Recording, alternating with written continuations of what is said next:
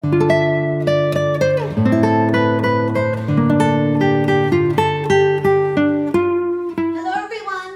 to our latest video. I'm Bobbi Rowntree Born Medium, and today we are going to talk about the chakras. Now, at first I actually thought I was going to be talking about pain sensors, but the more and more they started telling me what I needed to say, the more I realized it's not about the pain.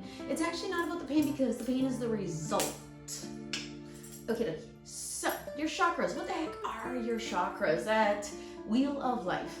The chakras are the energy points up your spine. They are an ancient idea. They are an idea that is mainly associated with yogis in India and the belief system that is born there.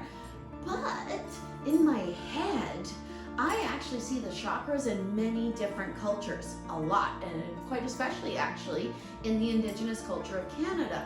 But there is very little evidence of it because the idea and the teachings that have to do with the chakras are quite ancient. We've actually moved very far away from this idea within especially our Western idealisms.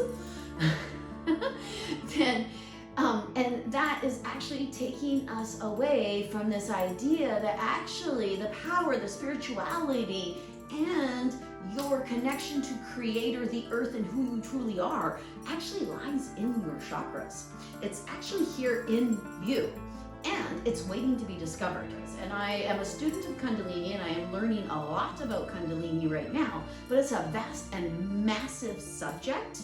But to be perfectly honest, as I start to talk to you about the chakras, the voices inside my head start showing me the coiled up Kundalini snake that resides at the base of your root chakra, waiting, hoping that you will actually start to ignite it and move it up your body.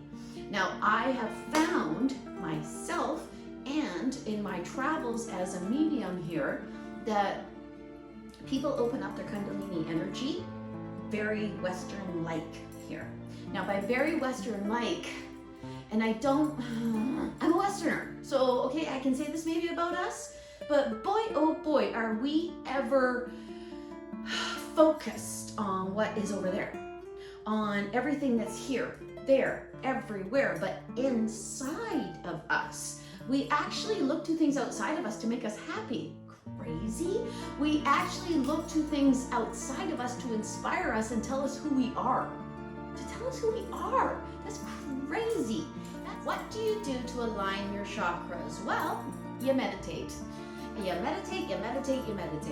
And if you are one of those folks that tells me all the time, I try to meditate and I can't meditate, then you actually might be trying to meditate the same way you take a poop.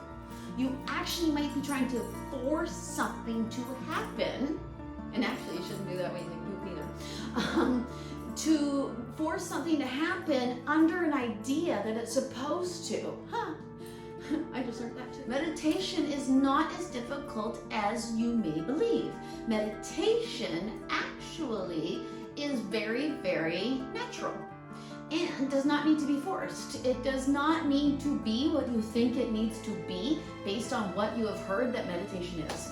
It actually just needs to be right for you. And everybody has different forms of meditation that work best with their brains. And please be gentle with yourself.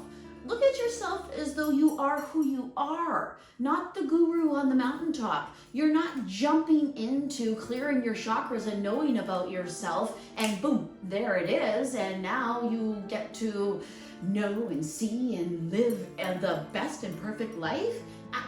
That's not the way it is. In fact, actually, the whole time you're here, you're learning.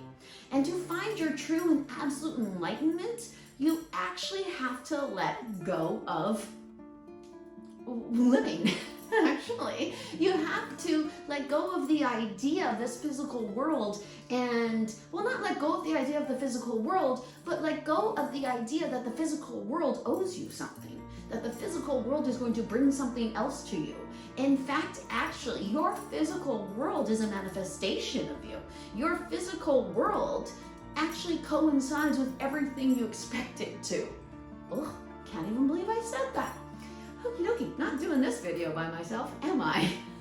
how do you meditate if you don't know how to meditate? How do you meditate and start to get to know your chakras if the thought of meditation makes you nervous? If you believe yourself to not have time to meditate, if you believe yourself to not be able to meditate, if you don't even want to meditate. A lot of people don't want to, because sitting alone in their own mind with their own selves is a special kind of hell for them, because they've never really met themselves. They don't know themselves, or they know themselves so well they don't want to hang out there with themselves.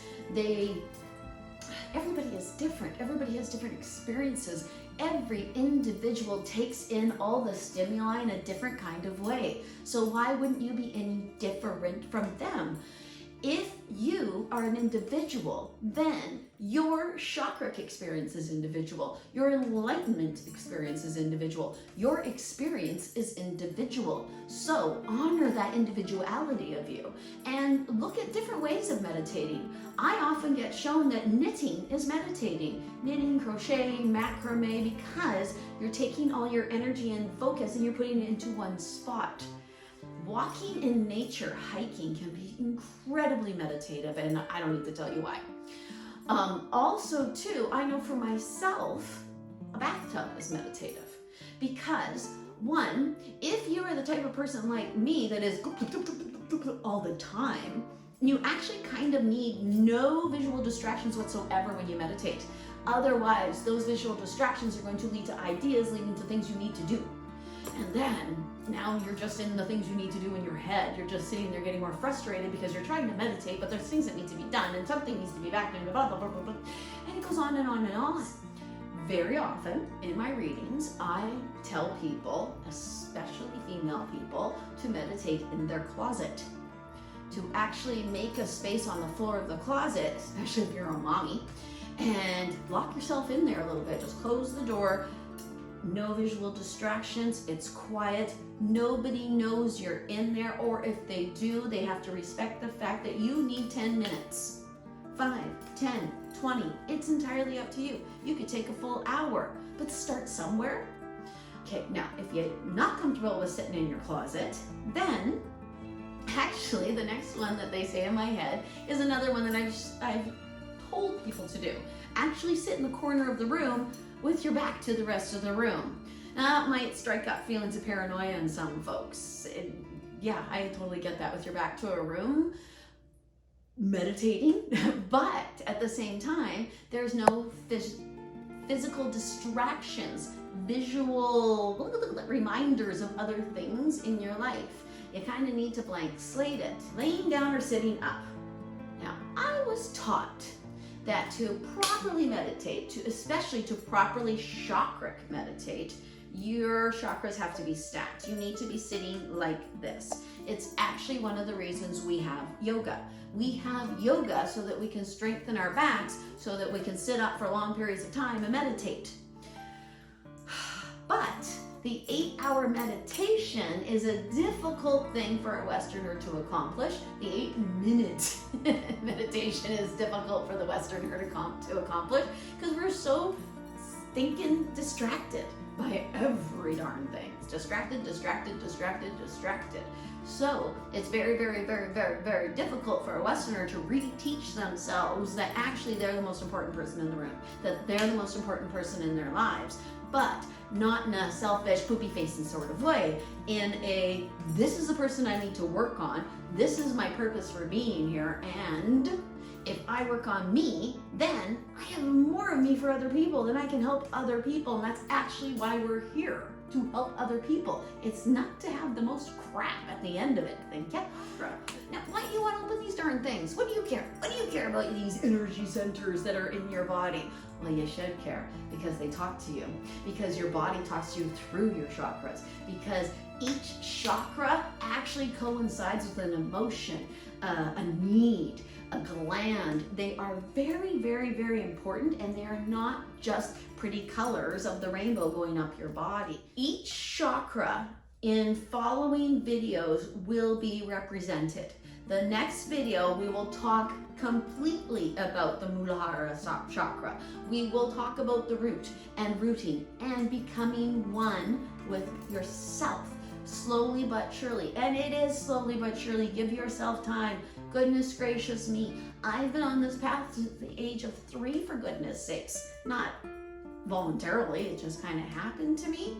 But what I have learned is every time I think, oh, I got this, I know what's going on, they show me something new. Because my, I got this, I know what's going on, just brings me to a different level. And then they say, oh, there's more. Oh, there's more. And of course there's more. I'm still a living being. Thank you for watching this video. I hope it informed, I hope it made sense, and I hope you're excited for the next ones to come. I know I am. I'm super excited because we're gonna talk about our chakras, and they're so incredibly important because your chakras are you, and you're so incredibly important. I can be reached at trinityyogaandspiritualservices.com, trinityyogaandspiritualservices.com. I'm also on Instagram at Bobbi Rowntree Born Medium, and I'm on Facebook at Bobbi Rowntree Spiritual Medium. I hope you have a wonderful day. Thank you so much for watching the video all the way through. Oh, don't forget, like and subscribe. Namaste.